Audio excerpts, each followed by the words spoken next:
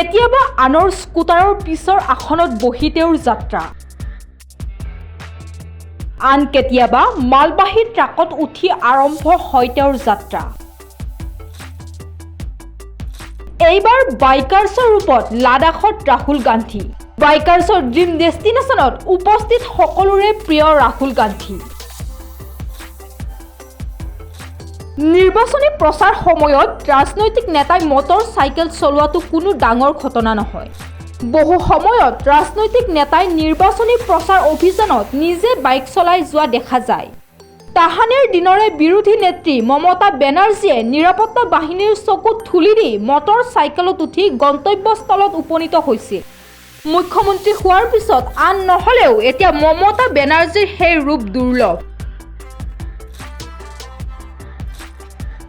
কিন্তু কৰ্ণাটকৰ বিধানসভাৰ নিৰ্বাচনত স্কুটাৰৰ পিছৰ আসনত বহি ইখন সভাস্থলীৰ পৰা সিখনলৈ ৰাওনা হোৱা কংগ্ৰেছ নেতা ৰাহুল গান্ধী কেতিয়া কিহত উঠে সেয়া ধৰাটো টান।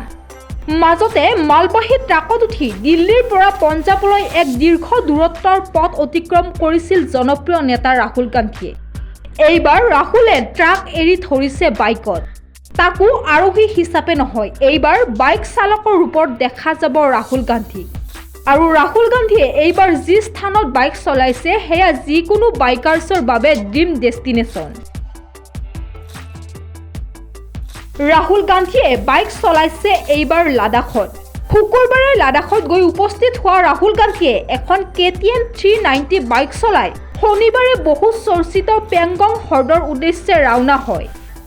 বাইক চলোৱাৰ সকলো নিৰাপত্তা বিধি মানি সম্পূৰ্ণ বাইকাৰ্ছৰ সাজ পোছাক পৰিধান কৰি লাডাখত বাইক অভিযান চলাইছে ৰাহুল গান্ধীয়ে।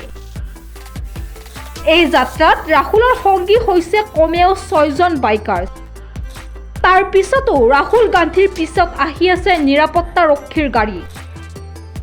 ৰাহুল গান্ধীয়ে 20 আগষ্ট অৰ্থাৎ আজি পেংগং হ্ৰদৰ সমীপৰ এটা মন্দিৰত পূজা দিছে।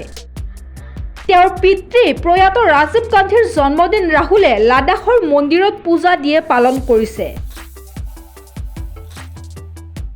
ৰাহুল গান্ধীয়ে কয় যে তেওঁৰ পিতৃয়ে সৰুতে কৈছিল যে পৃথিৱীৰ আটাইতকৈ সুন্দৰ ঠাইসমূহৰ অন্যতম হৈছে লাডাখ। উল্লেখ্য যে মুঠতে 7 দিনৰ এই ভ্ৰমণ কাৰ্যসূচীত ৰাহুল গান্ধীয়ে 25 আগষ্টলৈকে লাডাখৰ বিভিন্ন অঞ্চল পৰিভ্ৰমণ কৰিব।